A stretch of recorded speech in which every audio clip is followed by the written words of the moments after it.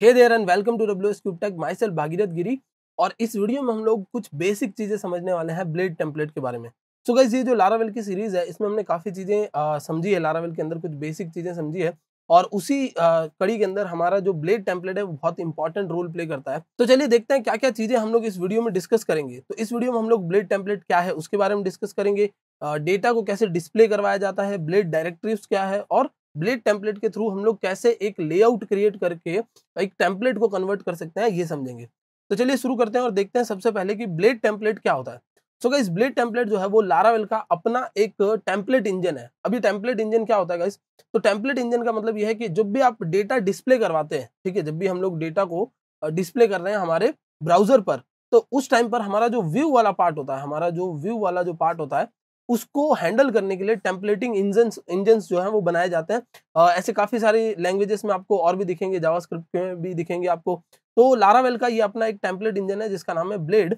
और ये template engine क्या करता है, ये टेम्पलेट इंजन के अपने खुद के कुछ स्ट्रक्चर्स हैं। जैसे अगर आपको कुछ पेज पर व्यू करवाना है, मतलब इको करवाना है, तो उसके लिए ये अपना सिंटेक्स देता है। Conditional statements, looping statements, include और स्विचिंग स्टेटमेंट्स, जितनी भी चीजें कोर पीएचपी में हुआ करती थी उन सभी का रिप्लेसमेंट देता है। और एक ऐसा रिप्लेसमेंट जो कि बहुत ईजी टू इम्प्लीमेंट होता है, बहुत ईजीली आप इम्प्लीमेंट कर सकते हैं और समझना भी बहुत आसान है। जैसे हम लोग काम करना शुरू करेंगे तो आपको बहुत अच्छे से समझ में भी आ जाएगा। ओके, ये ब्लेड टेम्पलेट जो बनता है तो हम लोगों को क्या करना पड़ता है, जैसे हम लोग पहले क्या करते थे, डॉट पीएचपी करके फाइल बनाते थे, ठीक है, मतलब कोई भी व्यू की फाइल होती थी तब भी वो डॉट पीएचपी होती थी। अब हमें क्या करना है, डॉट ब्लेड डॉट पीएचपी इस नाम से फाइल बनानी है।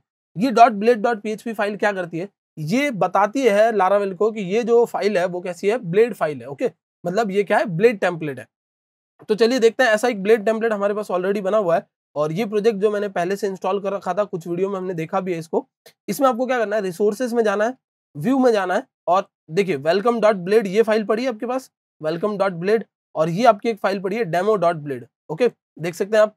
तो ये क्या है, ब्लेड फाइल है। ब्लेड फाइल मतलब ये व्यू की फाइल है, जो यूजर को दिखेगा वो फाइल है ये। और आप देख भी सकते हैं यहाँ पर डॉट ब्लेड डॉट पीएचपी इसका एक्सटेंशन है, जैसे कि हमने अभी यहाँ पर बात की थी कि आपको एक्सटेंशन में ये रखना पड़ता है। ठीक है, अब चलिए देखते हैं कुछ और चीजें। जैसे कि डेटा डिस्प्ले करवाना है तो हमको क्या करना पड़ता था पहले कोर पीएचपी के अंदर, PHP start echo dollar name, यानी अगर किसी बंदे का नाम हो तो dollar name and then PHP close. ये कोर कंसेप्ट है, ठीक है, कोर पीएचपी में आप ऐसे करते हुए आए होंगे। बट लारावेल के अंदर आपको सिंपल सा क्या करना है, डबल करली ब्रैकेट्स, उसके बीच में क्या कर दिया आपने, डॉलर नेम लिख दिया, या फिर आपने जो है वो करली ब्रैकेट और डबल नॉट और फिर डॉलर नेम और ये लिख दिया।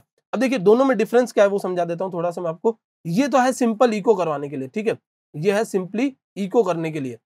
अब ये जो इको है सिंपली, वो कैसे काम करता है, तो चलिए इसको, तो ये होता है सिंपल इको करने के लिए। अब ये जो सिंटेक्स लारावेल आपको देता है, इसमें ये क्या करता है, एचटीएमएल जो भी एंटिटीज होती है, एचटीएमएल एंटिटीज को डिकोड नहीं करता। मतलब अगर आपने कोई स्ट्रिंग बनाई है जिसमें h1 टैग लिखा हुआ है और h1 टैग क्लोज हो रखा है, ठीक है, तो वो string as it is print कर देगा। ये अभी मैं आपको करके भी दिखाऊंगा। बट ये क्या करता है, एचटीएमएल डिकोड करता है, ये एचटीएमएल डिकोड नहीं करता है।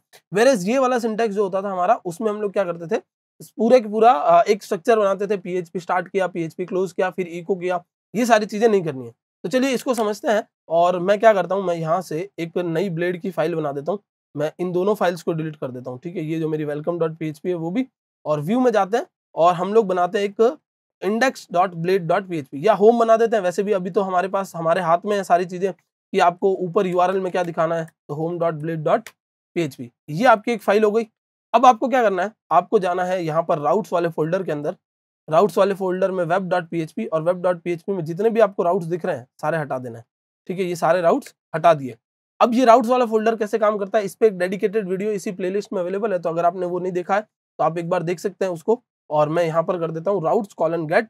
अगर ऊपर यूआरएल में स्लैश आता है तो क्या करना है, तो स्लैश आए तो हम लोगों को व्यू वाले पेज पर इसको रिडायरेक्ट करना है। ठीक है, तो इसका जो तरीका है वो ये है कि आप यहाँ लिखेंगे फंक्शन, ठीक है, आप एक फंक्शन बनाएंगे इधर, और फंक्शन के अंदर जो है हम यहाँ से यूजर से जो है क्या करेंगे, एक नाम लेंगे। ठीक है, इधर मैं क्या करता हूँ, ये डॉलर नेम लिख देता हूँ। ठीक है, मतलब मैं यूजर से क्या लेने वाला हूँ, एक नेम लेने वाला हूँ, और वो नेम मैं यहाँ पर उठाऊंगा, डॉलर नेम। एक्चुअली यहाँ पर डॉलर लिखने की जरूरत नहीं है हमें, और ये डॉलर नेम मैं यहाँ उठाऊंगा और फिर मैं जो है वो व्यू वाले पेज पर इसको रिडायरेक्ट कर दूंगा। तो कैसे रिडायरेक्ट किया जाता है, तो रिटर्न लिखना आपको, रिटर्न फिर व्यू लिखना है और व्यू के अंदर आपकी फाइल का नाम क्या है, तो होम, देखिए ये फाइल का नाम है हमारे पास home.blade.php, तो डॉट ब्लेड लिखने की जरूरत नहीं है, व्यू वाले फंक्शन को अंडरस्टूड है कि blade.php इधर खुलना ही है, आपको सिर्फ क्या लिखना है, होम लिखना है और ये उस पेज पर आपको पहुंचा देगा। तो चलिए देखते हैं, इधर से आप सिंपली क्या करें, चलिए एक बार जो है इसको मैं क्वेश्चन मार्क लगा देता हूँ, सो दैट कि ये जो है एक ऑप्शनल पैरामीटर बन जाए, वरना हमारा पेज लोड ही नहीं हो पाएगा। और मैं होम वाले पेज पर चला जाता हूँ और इधर मैं एक HTML स्ट्रक्चर बना देता हूँ। ओके, तो ये एक HTML डॉक्यूमेंट हो गया, यहाँ पर टाइटल में होम लिख देते हैं और मैं इधर जो है वो एक H1 टैग ले लेता हूँ। ये चलिए एक काम करते हैं, इसको जो है हम इसको जो हम लोग बूटस्ट्रैप बनाते हैं, ठीक है, बूटस्ट्रैप का ये पूरा डॉक्यूमेंट हो गया और अभी JS की जरूरत नहीं है, तो CDN हटा रहा हूँ मैं फिलहाल के लिए। एंड इधर से H1 टैग में मैं वो नाम लिखाऊंगा, तो सिर्फ ये लिख देता हूँ वेलकम और फिर उस बंदे का नाम जो भी URL में मुझे मिलेगा वो दिखाऊंगा मैं, ठीक है। तो अब आपको क्या करना है, यहाँ पर जाना है टर्मिनल, न्यू टर्मिनल और सिंपली यहाँ पर आप लिख सकते हैं PHP आर्टिसन सर्व। ओके, PHP आर्टिसन सर्व क्या करेगा, आपके इस ऐप को एक पोर्ट पर ओपन कर देगा 127.0.0.1 और कॉलन 8000, मतलब लोकल होस्ट का ये एड्रेस है, उस पर ये क्या कर देगा, आपके ऐप को रन कर देगा, ठीक है। तो अब ये आपको टर्मिनल यहाँ से डिलीट नहीं करना है, आप चाहें तो नया टर्मिनल चाहिए तो इधर न्यू पर क्लिक कर लीजिए, क्योंकि VS कोड का सबसे बड़ा फायदा यही है कि इंटीग्रेटेड टर्मिनल मिल जाता है, ठीक है। तो देखिए ये हमने यहाँ रन किया और एक ये एरर दे रहा है, टू फ्यू आर्ग्यूमेंट्स। एक्चुअली जो ये एरर है वो इस चीज से रिलेटेड है, देखिए आप देख भी सकते हैं कि कहाँ पर ये एरर आ रही है और इस एरर को रिजॉल्व करने का सिंपल सा तरीका है, हमको इधर यहाँ इक्वल्स टू नल लिखना था, बिकॉज हमको क्या करना है, एक पैरामीटर जो है वो ऑप्शनल है, तो उसको हमको डिफॉल्ट वैल्यू असाइन कर देनी है और नल कर दी मैंने। रिफ्रेश करते हैं, देखिए वेलकम लिखा हुआ आ गया, मतलब आप इस पेज पर आ चुके हो, ठीक है, ये वाला जो आपका पेज था वहां पर आ चुके हो। अब हम लोग क्या करते हैं, अब हम लोग यहाँ से एक नाम भेजते हैं, तो मैंने नाम भेजा इधर से WS क्यूब टैग, ठीक है।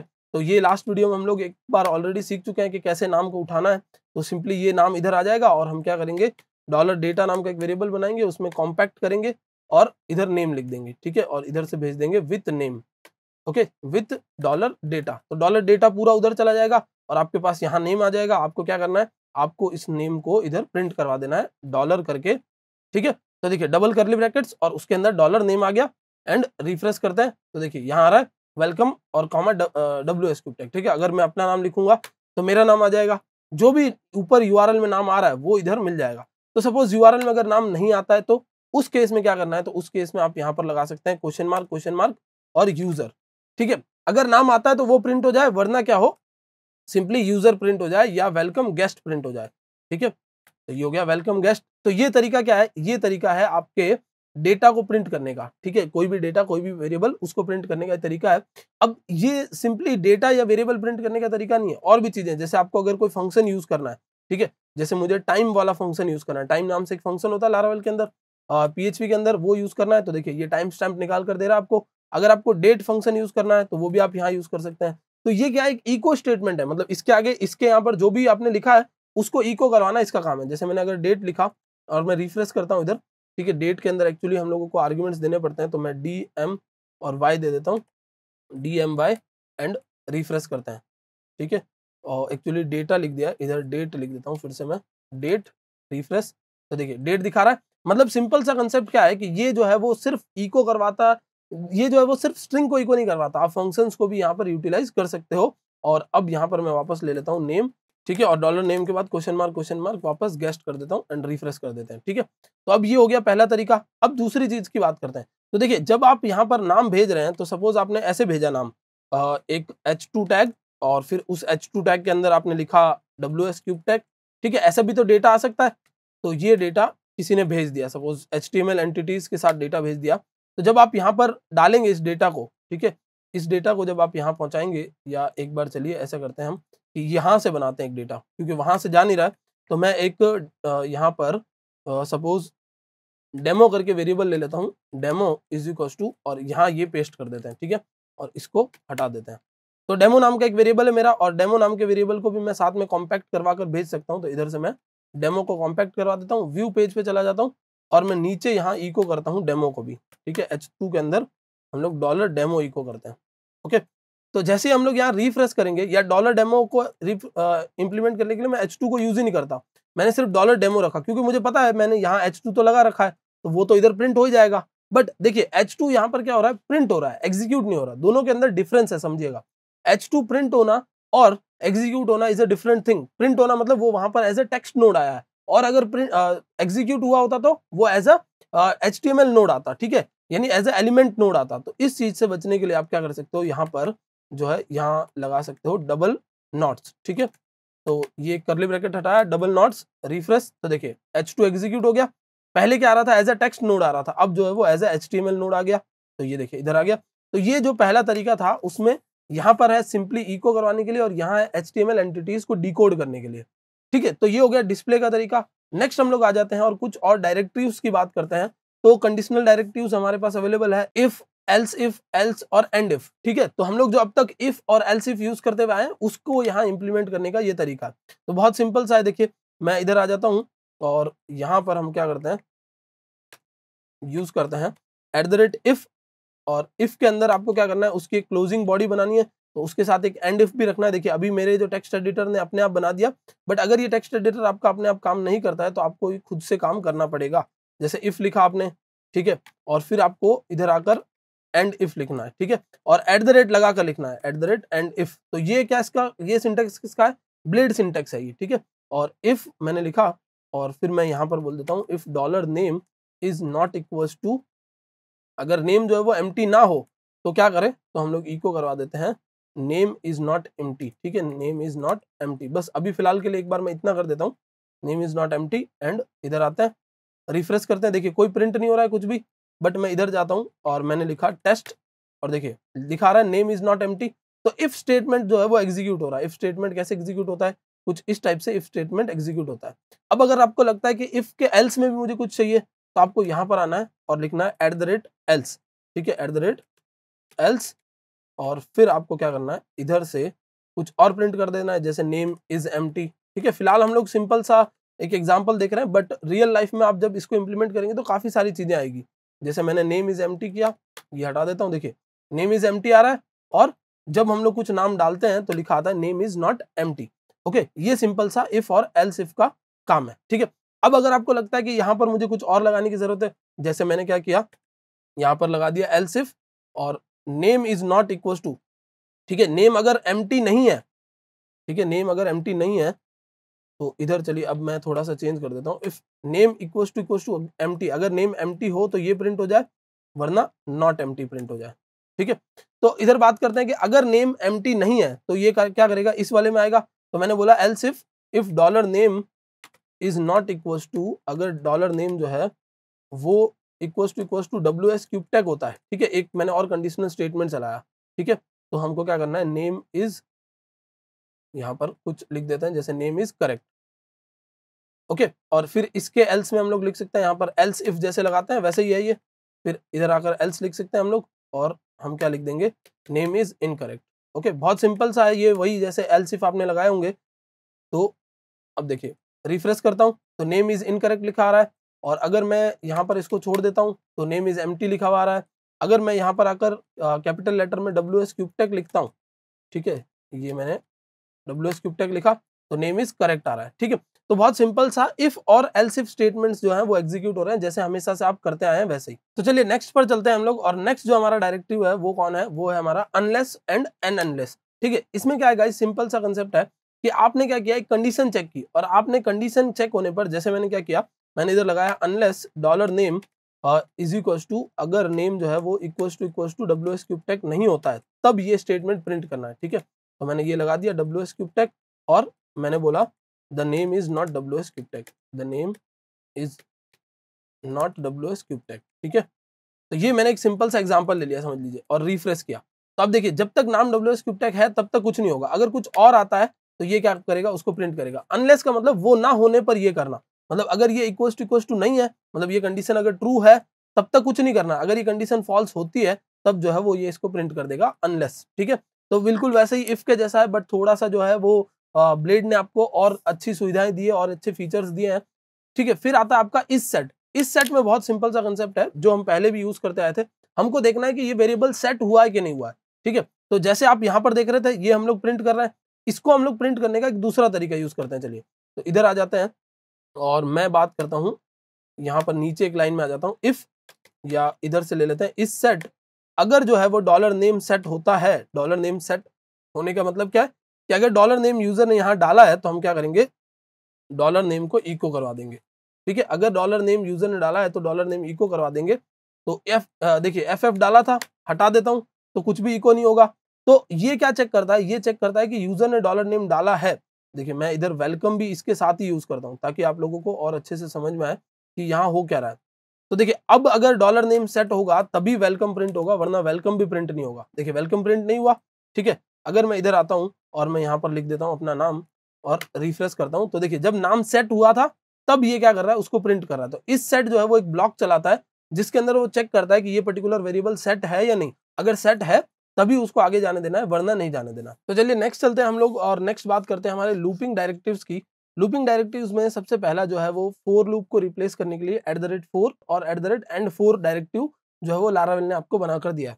तो बहुत सिंपल सा इसका भी काम करने का वही तरीका है जैसे आपने अब तक फॉर लूप या लूप्स को यूज किया होगा। बस आपको क्या करना है, यहाँ लिखना है फॉर और फिर यहाँ पर $i इज इक्वल्स टू, मैं इनिशियलाइज कर देता हूँ 1 से, और $i को जो है वो less than equals to less than 10 चलाऊंगा और $i प्लस प्लस कर दूंगा। ठीक है, तो ये हो गया 4 और फिर इसका एंड 4 आ गया और बस आपको यहाँ h2 टैग लगाना है या जो भी टैग लगाना है वो लगा दिया आपने और फिर इस टैग के अंदर हमने यहाँ प्रिंट करवा दिया इनको। ठीक है, तो आपको बार बार वो परेशानियां अब नहीं होगी कि हम लोगों ने पहले लूप को ओपन किया फिर क्लोज किया, PHP ओपन किया PHP क्लोज किया, वो सारी चीजें नहीं करनी है। और यहाँ पर $i को प्रिंट कर देते हैं। ठीक है, तो ये $i हो गया इधर प्रिंट।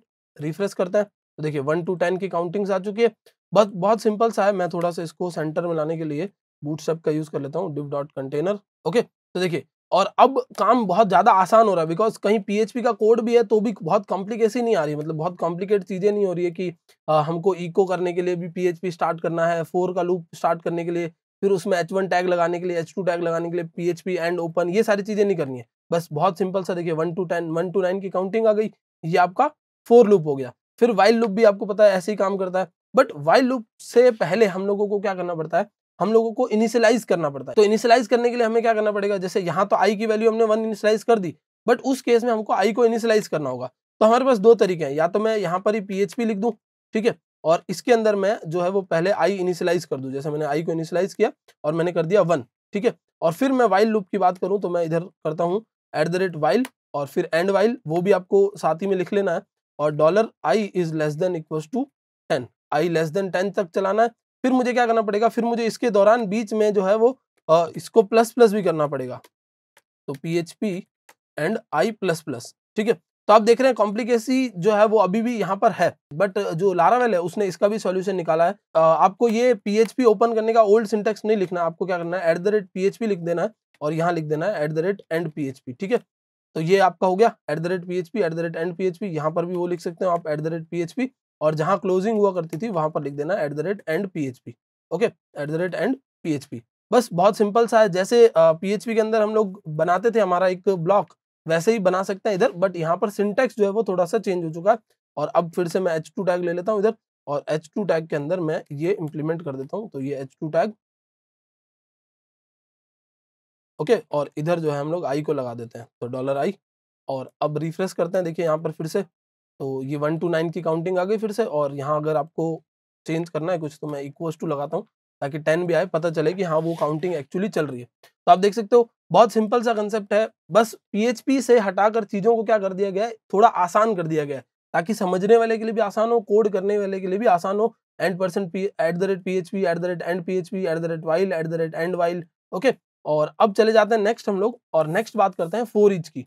तो फॉर ईच जैसे आप लोगों को पता है कि ये काम क्या करता है, एरे को जो है इटरेट करने का काम करता है। तो हमको पहले एक एरे बनाना होगा, तो ये हटा देता हूँ मैं फिर से, और यहाँ पर बनाते हैं एक एरे। तो एरे बनाने के लिए @PHP @endPHP और $array इज इक्वल टू, और मैं एक एरे बना देता हूँ जिसमें मैं सिंपल सा अभी एक जस्ट काउंटिंग ही डाल देता हूँ। ठीक है, तो ये हो गई काउंटिंग एक, और यहाँ पर ये हमारी काउंटिंग हो गई। बस अब यहाँ पर फॉर ईच चलाने के लिए @for each और एंड फॉर ईच। ठीक है, और ये आपको सिंटेक्स कुछ दे रहा है, तो बस कुछ नहीं करना है, ARR एज $i। ठीक है, और फिर हम लोग यहाँ पर i को प्रिंट करवा देते हैं, तो $i को मैंने प्रिंट करवा दिया, और यहाँ मैं जो है वो h1 टैग h2 टैग जो भी था वो भी ले लेता हूँ।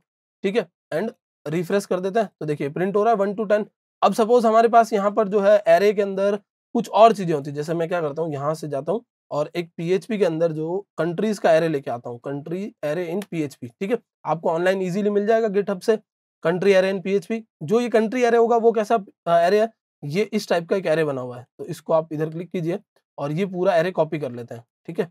ये एरे कॉपी करके मैं इधर लाकर पेस्ट कर देता हूँ, तो ये मेरे पास एक कंट्रीज का एरे आ गया। देखिए ये पूरा मेरा एक एरे है कंट्रीज का, और अब इसमें से मुझे एक एक कंट्री निकाल कर ऑप्शन बनानी है, तो वो फॉर ईच करेगा मेरे लिए। तो सिंपल सा हम लोग क्या यहाँ से हटा देते हैं और यहाँ चलाते हैं @countries as and sorry dollar country, तो यहाँ चलाते हैं डॉलर कंट्रीज एज और डॉलर कंट्री लिख देते हैं इधर, ठीक है। जरूर नहीं आप डॉलर कंट्री लिखें, आप कुछ भी लिख सकते हैं। सिंपली हो क्या रहा है, इस पूरे एरे में से एक एक की जो है वो इधर डॉलर कंट्री को भेजी जा रही है, और मेरे पास ऑप्शन टैग है, तो ऑप्शन टैग के अंदर मैं इसको प्रिंट करवा दूंगा, ठीक है। और बाहर एक सिलेक्ट बॉक्स भी बना देते हैं ताकि ये थोड़ा सा रिलेटेबल लगे। तो ये हो गया हमारा select box open and select box यहाँ पर क्लोज हो रहा है, ठीक है। और यहाँ पर ऑप्शंस होंगे, ऑप्शंस के अंदर मैं क्या करता हूँ, डॉलर कंट्री इधर मैं प्रिंट कर देता हूँ, तो ये हो गया डॉलर कंट्री। रिफ्रेश करते हैं और देखिए कुछ सिंटेक्सुअल एरर आ रही है, इसका मतलब कहीं से जो है वो एंड इफ नहीं चल पाया सही से। तो चलिए देख लेते हैं कहाँ पर ये प्रॉब्लम आ रही है। और यहाँ पर देखिए PHP का कोड जो है वो आ गया, इस वजह से प्रॉब्लम हो रही है, तो PHP का कोड हटा देते हैं अभी, और अब ये जो है वो सही चलेगा, ठीक है। अब रिफ्रेश करते हैं। ओके, तो देखिए ये ऑप्शंस आ गए। बस सिंपल सा फॉर ईच का काम क्या है, एरे में से डेटा को निकालना और एक एक की में डालते जाना। अब सपोज मुझे लगता है कि मुझे जो है इसके आईडी भी एक यूनिक बनानी है, मतलब यहाँ जो वैल्यू है उसको भी मुझे यूनिक बनाना है। जैसे अभी आप देखेंगे तो ऑप्शंस के अंदर जो है यहाँ पर कोई भी वैल्यू नहीं दे रखी है, तो हमारे पास ऑप्शन होता है कि हम लोग यहाँ से जाएं और एक एट्रीब्यूट यूज करें वैल्यू, और उसमें हम लोग क्या करें, वैल्यू को प्रिंट कर दें। बट अभी आप देख सकते हो ऐसा कोई हमारे पास वैल्यू है नहीं एज सच, तो हम क्या करेंगे, हम लोग इधर आएंगे और लिखेंगे एज डॉलर की, ठीक है, एज डॉलर की, या आप इंडेक्स लिख दीजिए, की लिख दीजिए, आईडी लिख दीजिए, और यहाँ लगा देंगे एरो ऑपरेटर। तो अब क्या करेगा, हमारे पास कीज भी आ जाएगी। देखिए तो फिर इधर आ जाते हैं फिर से और डॉलर की लगाते हैं, रिफ्रेश किया मैंने, और अब देखिएगा 0 1 2 3 4 ये कीज आ गई। ये कीज कहाँ से आ रही है, ये कीज आ रही है क्योंकि ये जो एरे है आपका, वो एरे कैसा एरे होता है, एक हमारा इंडेक्स्ड एरे, ठीक है। मैं आपको इसको भी प्रिंट करके दिखाई देता हूँ एक बार। तो इधर मैं इको करवा देता हूँ प्री नाम के एक टैग को, सो दैट मेरा एरे जो है फॉर्मेटेड दिखे। और यहाँ पर हम लोग ले लेते हैं print underscore R, print R के अंदर इस हमारे कंट्रीज नाम वाले वेरिएबल को, ठीक है। तो यहाँ से आ जाता हूँ, कंट्रीज नाम वाले वेरिएबल को उठा लेते हैं, इधर डाल देते हैं और रिफ्रेश करता हूँ, ठीक है। तो देखिए ये एरे था मेरा पूरा, जिसमें से मैंने क्या किया, ऑप्शंस बनाए 0 1 2 3 4 ये कीज है, और ये कीज हमने यहाँ पर स्टोर करवाई है एज अ वैल्यू, ठीक है। तो बहुत सिंपल सा कंसेप्ट है, फॉर ईच को यूज करना भी बहुत सिंपल है। फॉर ईच जो है वो आपके लिए क्या करता है, एरे में से डेटा रिट्राइव करता है, और एरे में से डेटा रिट्राइव करके आप उसको किसी भी तरीके से रिप्रेजेंट करवा सकते हैं। चलिए नेक्स्ट हम लोग आ जाते हैं। नेक्स्ट जो है हमारा वो है break and continue. Break and continue जो है वो किस तरीके से काम करते हैं, तो जैसे मैं अगर यहाँ चाहता हूँ कि जब भी कंट्री नेम जो है वो ये आए, ठीक है, ये कंट्री नेम जब भी आए, या फिर चलिए एक काम करते हैं, इसको थोड़ा सा हम लोग मिनिमाइज करते हैं एग्जांपल को, और मैं ये हटा देता हूँ सारी चीजें। फिर से मैं काउंटिंग पे चला जाता हूँ, तो @4 पर आ जाते हैं हम लोग, ठीक है। ये मेरा @4 हो गया। आई से शुरुआत करता हूँ मैं, 1 से लगाकर मेरी जो काउंटिंग है वो जाने वाली है कहाँ तक, तो लेस देन इक्वल्स टू 10 तक, और यहाँ पर ले लेते हैं $i++, ठीक है। और मैं इधर क्या करने वाला हूँ, तो आई को प्रिंट करने वाला हूँ, तो $i प्रिंट करने वाला हूँ, और रिफ्रेश करते हैं। तो देखिए ये $i प्रिंट हुआ है 1 2 3 4 10 तक। अब क्या करते हैं, हम लोग यहाँ पर लगा देते हैं @if, ठीक है। इफ में अगर $i जो है वो इक्वल्स टू 5 आता है, तो हम क्या करना चाहते हैं, हम यहाँ पर लगा देते हैं एंड इफ हम चाहते हैं कंटिन्यू करना। कंटिन्यू करना मतलब आई को छोड़ दो, तो @कंटिन्यू, ठीक है। @कंटिन्यू क्या करेगा, i इक्वल्स टू 5 को छोड़ देगा। जैसे आप देख रहे हो इधर 4 5 भी प्रिंट हो रहा है, ये 5 को छोड़ देगा और सीधा 6 पे चला जाएगा। तो कंटिन्यू स्टेटमेंट जैसे हम लोग PHP में यूज करते थे वैसे ही है, बस क्या करना है, एक इटरेशन इसके स्किप करके आगे चला जाना है। सपोज आप चाहते हो पूरा लूप ही स्किप हो जाए यहाँ से, तो आप सिंपली यहाँ पर क्या कर दोगे, ब्रेक लगा दोगे। तो जैसे ही 5 आएगा तब तक ये चलेगा, 1 2 3 4 5 आते ही लूप स्किप करेगा और अगले स्टेटमेंट पर ये चला जाएगा। तो वही तरीका है जैसे हम लोग कोर PHP में यूज करते थे ब्रेक और कंटिन्यू का, वो आपको यहाँ पर भी इंप्लीमेंट कर सकते हैं, ठीक है। अब नेक्स्ट आ जाते हैं और कुछ और डायरेक्टिव्स की बात करते हैं। जैसे अगर आपको लारावेल के ब्लेड टेम्पलेट में कमेंट देना हो तो आप कैसे देंगे, तो कमेंट देने के लिए जैसे मैं यहाँ पर देना चाहता हूँ कमेंट एक, और बताना चाहता हूँ कि क्या हम लोग यहाँ कर रहे हैं। तो कमेंट देने का बहुत सिंपल सा तरीका वही है, आपको कर्ली ब्रैकेट्स लगाने हैं, डैश डैश लगाने हैं, ठीक है, और फिर लिखना है if the value of i is 5, ठीक है, अगर i की वैल्यू 5 हो जाती है so we will break the loop. Okay, तो हमने यहाँ एक कमेंट लिख दिया और कमेंट में क्या लिखा है कि अगर i की वैल्यू 5 होती है तो हम लोग इसको ब्रेक करने वाले हैं, और कमेंट लिखने का तरीका आप देख सकते हैं, ये है हमारा लारावेल के अंदर। ठीक है, फिर नीचे आ जाते हैं और हमारा स्टेटमेंट आता है इंक्लूड, और फिर ये हम लोग रो PHP हम लोग ऑलरेडी पढ़ चुके हैं। तो इंक्लूड क्या करता है, किसी और पेज को इंक्लूड करवाने का काम करता है, मतलब किसी और यहाँ पर फाइल को इंक्लूड करने का काम करता है, जो कि अभी हम लोग अगले एग्जाम्पल में इंप्लीमेंट करके देखेंगे, बिकॉज लेआउट्स में इसकी बहुत जरूरत पड़ती है। तो चलिए लेआउट्स को समझते हैं, और लेआउट्स के अंदर सबसे पहला जो है वो है यील्ड स्टेटमेंट। यील्ड स्टेटमेंट क्या करता है, एक कंटेनर अलग से बनाता है, मतलब एक सेक्शन बनाने के काम करता है। ठीक है, इन सभी को मैं एक साथ यूज करके दिखाऊंगा, बिकॉज ये अलग अलग नहीं समझ में आएंगे। यील्ड के बाद जो आता है वो होता है आपका सेक्शन, मतलब वो जो सेक्शन था उसके अंदर डेटा जब यील्ड करना है तो आपको इस सेक्शन में रखना पड़ेगा। ठीक है, फिर आता है आपका एक्सटेंड्स। ठीक है, तो किस पर्टिकुलर व्यू को इनहेरिट करना है, ये एक्सटेंड्स काम करता है। तो चलिए इसको समझाने के लिए मैं यहाँ पर आ जाता हूँ, और ये वाली जो हमारी होम डॉट फाइल है उसको हटा देता हूँ।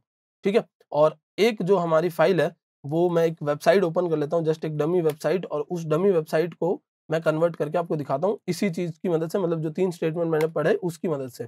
तो ये आप देख सकते हो, ये आपकी पूरी पूरी फाइल है। ठीक है, हमको क्या करना है, इसका हेडर रखना है, इसके जो है ये मिडल मेन्यूज रखने हैं, और इसका जो है फुटर रखना है। ओके, तो चलिए वो फाइल मैंने डिलीट कर दी, और रिसोर्सेज में आ जाते हैं हम लोग, व्यूज में आ जाते हैं, और हम यहाँ क्या करते हैं, एक नया फोल्डर बनाते हैं लेआउट्स करके। ओके, तो लेआउट्स करके एक फोल्डर हो गया। इस फोल्डर के अंदर मैं 3 फाइल्स बनाऊंगा। सबसे पहली है मेरी main.blade.php। ठीक है, main.blade.php हो गई है हमारी, और फिर मैं क्या करता हूँ यहाँ से फिर मैं एक फाइल बना लेता हूँ, और ये मेरी होगी header.blade.php। तो header.blade.php ये फाइल हो गई, तो ये एक हेडर फाइल बनेगी। देखिए अभी हम लोग कोई भी थीम इसलिए कन्वर्ट करके नहीं देख रहे हैं क्योंकि थीम कन्वर्जन में और भी चीजें होती है जो हम लोग आगे आने वाले वीडियोस में देखने वाले हैं, बट जस्ट अभी मैं एक छोटा सा लेआउट आपको बनाकर दिखा देता हूँ। तो ये हो गया हेडर फुटर, ये 3 चीजें हो गई। आपको मेन में आना है, और मेन में क्या करना है, तो चलिए यहाँ पर हम लोगों को करना होगा इंक्लूड, और इंक्लूड क्या करता है, हमेशा व्यू पर जाके खड़ा हो जाता है। मुझे उसको बोलना है व्यू से क्या करना है, आपको हेडर में आ जाना है। फिर मुझे यहाँ पर नीचे एक और करना है इंक्लूड, और इधर इंक्लूड में मुझे इसको बोलना है कि आपको लेआउट्स में जाना है और फुटर में आ जाना है। ठीक है, बस ये हेडर और फुटर इंक्लूड हो गए। मैं हेडर फुटर को भी आपको समझा देता हूँ, इधर हेडर में चलते हैं, और यहाँ से एक जो है हम सिंटेक्स बना लेते हैं B4। ये मेरा जो है हेडर का पार्ट बन जाएगा, और इसको नीचे से पूरा मैं कट करके ले जाता हूँ और फुटर में पेस्ट कर देता हूँ। तो ठीक है, समझ लीजिए एक हेडर बन गया, एक फुटर बन गया। ठीक है, तो ये आपका एक हेडर, ये आपका एक फुटर हो गया, 2 चीजें हमारे पास आ गई। अब हेडर फुटर के अंदर हम लोग क्या करने वाले हैं, तो हेडर फुटर को मेन में हमने इंक्लूड करवा दिया। अब यहाँ पर हम लोग लगाएंगे यील्ड, और यील्ड के अंदर उससे पहले मैं एक डिव ले लेता हूँ, और उसमें मैं लगा देता हूँ कंटेनर नाम की क्लास। ठीक है, तो मैंने एक कंटेनर नाम की क्लास लगाई जो कि बूटस्ट्रैप की क्लास होती है, और फिर मैंने यहाँ पर लगाया यील्ड, और ये मैंने एक सेक्शन बनाया, तो मैं इधर लिख देता हूँ मेन सेक्शन। ठीक है, अब हमें सिंपली क्या करना है, डिफरेंट डिफरेंट पेजेस को यहाँ पर पुश करवाना है, मतलब इसके अंदर जो हमें अलग अलग पेजेस को डालना है। तो व्यू में आ जाएंगे, और व्यू में हम लोग यहाँ न्यू फाइल पर क्लिक करेंगे, और मैं बात कर रहा हूँ सबसे पहले home.blade.php की। तो home.blade.php फाइल हो गई मेरी ये, और इसमें मैं एक h1 टैग लूंगा, और उसमें सिर्फ लिखूंगा होम पेज। ठीक है, ये मेरा कौन सा पेज हो गया, होम पेज हो गया, और बूटस्ट्रैप की क्लास ले लेता हूँ, क्लास टेक्स्ट सेंटर। ठीक है, अब देखिए होम पेज को कैसे पता चलेगा कि कहाँ जाना है, तो आपको इधर सबसे पहले इसको एक्सटेंड करना है। तो जो मैंने अभी आपको स्टेटमेंट बताया था एक्सटेंड्स, और फिर फाइल का नाम लिखना है। तो ये किसको एक्सटेंड्स कर रहा है, ये एक्सटेंड कर रहा है लेआउट्स डॉट मेन को। ठीक है, मतलब आप क्या कर रहे हो, व्यू से लेआउट में जाओगे और फिर डॉट मेन, तो लेआउट के मेन को ये एक्सटेंड करता है, और @section, और यहाँ पर लिख देना है @end section। ठीक है, तो ये जो है वो एंड सेक्शन क्या करेगा, इतने सेक्शन को हमको डालना है। ओके, @section @end section, ये जो पार्ट है वो कहाँ यील्ड करना है, वो कहाँ पर पुश करना है, वो पुश करना है मेन के अंदर, मतलब इस जगह पर मेन सेक्शन में पुश करना है। तो बस आपको इधर लिख देना है कौन से सेक्शन में जाना है, तो मेन सेक्शन में। अब क्या होगा, लारावेल हमेशा पेज को, मेन पेज को जो है वो कॉल करेगा, और मेन पेज के अंदर हेडर फुटर कॉल करेगा, और बीच में ये जो कंटेंट है उसको डालता जाएगा। ठीक है, तो इधर हम लोग राउट्स पे चले जाते हैं एक बार, और इधर से मैं राउट्स ओपन कर लेता हूँ। तो इधर से मैं web.php ओपन कर लेता हूँ, और web.php में ये स्लैश में हम लोग इसको सीधा यूजर को होम पर भेजने वाले हैं। ठीक है, तो इसका दूसरा तरीका ये है कि आप तो यहाँ पर आ जाते हैं राउट, और गेट बना देते हैं इसको। गेट में जैसे ही स्लैश आएगा तो मैं क्या करूँगा, इसको रिटर्न कर दूंगा यहाँ से, रिटर्न टू व्यू। ठीक है, रिटर्न टू व्यू, और व्यू वाले पेज में हम क्या करेंगे, होम वाले पेज पर इसको भेज देंगे, और ये आईडी यहाँ से हटा देते हैं बिकॉज आईडी नहीं लानी है मुझे। और मैं साथ ही साथ एक यहाँ पर अबाउट बना लेता हूँ। तो 2 पेजेस होंगे मेरे, व्यू एंड यहाँ पर होगा हमारा अबाउट। ठीक है, तो अबाउट का पेज अभी फिलहाल बना नहीं है, तो अबाउट का पेज भी बना लेते हैं। ठीक है, ये हो गया व्यू। और ऐसे कैसा जो मेरा है पेज वो होगा अबाउट का, तो इधर ले लेते हैं about.blade.php। ठीक है, तो ये मेरा अबाउट का पेज हो गया और यहाँ मैं पेस्ट कर दूंगा इसी सेम चीज को। मतलब क्या बोला है कि हमने इस पेज को भी एक्सटेंड करना है मेन लेआउट को। मेन लेआउट में हेडर फुटर तो आ ही रहे हैं, और इस पेज का जो ये मेन सेक्शन है, मतलब इस पार्ट को क्या करना है, इसके अंदर यील्ड कर देना, यानी यहाँ पर फिट करवा देना। ठीक है, तो चलिए देखते हैं, एक बार रिफ्रेश करते हैं और ये यूआरएल हटा देता हूँ ऊपर से। देखिए होम पेज आ रहा है, और मैं अगर यहाँ पर क्लिक करके इधर ऊपर लिखता हूँ अबाउट, तो ये क्या करेगा, आपको अबाउट पेज पर भी लेके जाएगा। एक बार देखते हैं, इधर से आते हैं हम लोग और इस वाले को ऊपर ले लेता हूँ मैं, यूआरएल को रिफ्रेश करते हैं। ओके, और एक्चुअली मैंने यहाँ अबाउट पेज में नाम चेंज नहीं किया, इसलिए ये प्रॉब्लम दे रहा है। तो यहाँ पर आ जाते हैं और अबाउट पेज कर देते हैं। ठीक है, तो आप होम पेज पर हो, आप अबाउट पेज पर हो। अब मैं हेडर में जाता हूँ और कुछ कॉमन चीजें बनाता हूँ। जैसे मैं हेडर में आया और यहाँ पर मैंने एक बनाया नेव बार। ठीक है, बूटस्ट्रैप का नेविगेशन बार हम लोग ले सकते हैं, तो B4 नेव लिख देता हूँ इधर। तो समझ लीजिए बूटस्ट्रैप का एक नेविगेशन बार ले लिया हमने, और ये मैंने लिंक टैग में होम रखा हुआ है और यहाँ पर हमने ये रखा हुआ है। तो अब जैसे मैं यहाँ पर हेडर में आ गया, और हेडर में मैं क्या करता हूँ, यहाँ ऊपर H1 टैग में welcome to WS cube tag लिख देता हूँ। ठीक है, तो ये चीज जो है हमने हेडर में लिखी हुई है, ये हेडर में हमेशा रहेगी। ठीक है, और अगर आप सपोज जाते हो स्लैश वाले पेज पर, तो भी हेडर आपको हमेशा दिखेगा। आप जो है अबाउट वाले पेज पर जाते हो, तो भी आपको जो है वो हेडर हमेशा दिखेगा। और यही की चीज हम लोग फुटर में भी कर सकते हैं। तो यहाँ पर हम लोग फुटर में भी लगा देते हैं, ये कर देता हूँ मैं टेक्स्ट सेंटर, और इधर आ जाते हैं फुटर में, और फुटर में भी सेम इम्प्लीमेंट कर देते हैं। ठीक है, यहाँ से जावास्क्रिप्ट लगी हुई थी, उसकी अभी जरूरत नहीं है, और ये फुटर में लगा देता हूँ और नीचे लिख देता हूँ मैं थैंक यू। तो देखिए सिंपल सा काम है कि फुटर हेडर हमने कॉमन बना दिए, बीच में क्या हो रहा है, पेज चेंज हो रहा है। ठीक है, तो अब लारावेल क्या कर रहा है, लारावेल मेन पेज को कॉल करता है। मेन पेज जो है, जैसे आपने यहाँ पर अबाउट पेज पर गए तो यहाँ लिखा था एक्सटेंड्स लेआउट। ठीक है, तो ये क्या करेगा, मेन पेज को कॉल करेगा। मेन पेज को जब कॉल करेगा तो हेडर फुटर इंक्लूड कर देगा। फिर ये ढूंढेगा कि इस पेज में मेन सेक्शन कहाँ है, जो भी चीजें मेन सेक्शन में है उसको लाकर यहाँ छोड़ दो, और फिर ये पेज को ओपन करवा दो। ऐसे कैसे, अगर आपका कोई और पेज होता तो ये उस पेज को भी खोल देता। जैसे मैं यहाँ पर लिख देता हूँ कोर्सेस पेज। ठीक है, तो ये courses.blade.php हो गया। मैं यहाँ पर चला जाता हूँ फिर से web.php में, और हमको यहाँ एक और राउट बनाना पड़ेगा इसके लिए। तो जैसे अबाउट बनाया था, वैसे यहाँ पर लिख देते हैं हम लोग कोर्स, और यहाँ पर लिख देते हैं कौन से पेज पर जाना है इसको, तो यहाँ पर जाना है इसको कोर्स वाले पेज पर। ठीक है, अब देखिए जैसे आप यूआरएल में ऊपर कोर्स डालेंगे तो ये कोर्स वाले पेज पर आ जाएगा। यहाँ पर यूआरएल में डाला कोर्स, और कोर्स वाले पेज पर आ गया कोर्सेस पेज।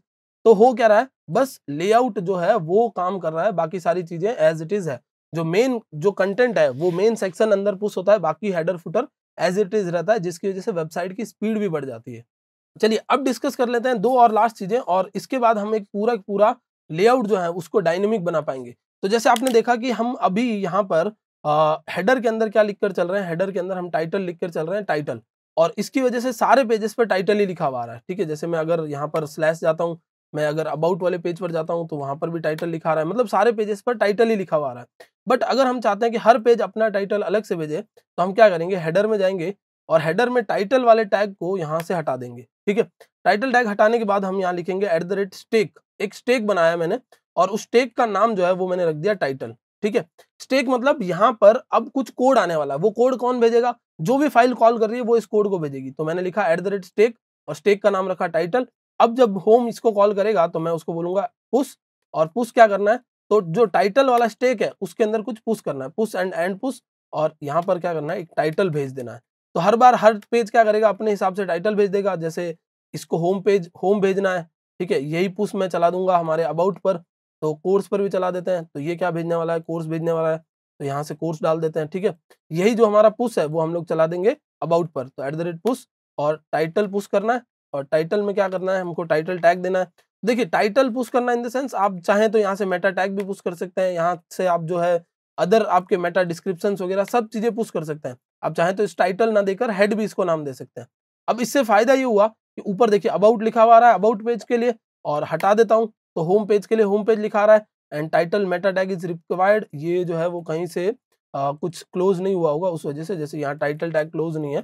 देखिए होम आ रहा है, और इधर आ जाते हैं हम लोग अबाउट वाले पेज पर, तो हम गए थे कोर्स वाले पेज पर चले जाते हैं। तो देखिए कोर्स वाले पेज पर क्या आ रहा है, ऊपर कोर्स लिखा आ रहा है, और वहां पर भी ये टैग क्लोज नहीं हुआ है। ठीक है, तो होता क्या है कि ये आप अगर कोड इंस्पेक्ट करेंगे तो आप देखिए यहाँ पर आपका जो टाइटल है वो पुश हो चुका है, बिकॉज आपने क्या किया था, हेडर में एक स्टेक बनाया था। ये स्टेक जो है वो जगह-जगह से डेटा लाकर यहाँ पुश करेगा।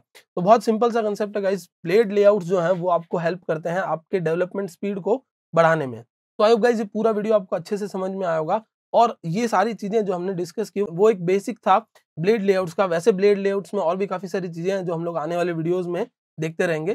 That's it for this video. Thank you so much for watching.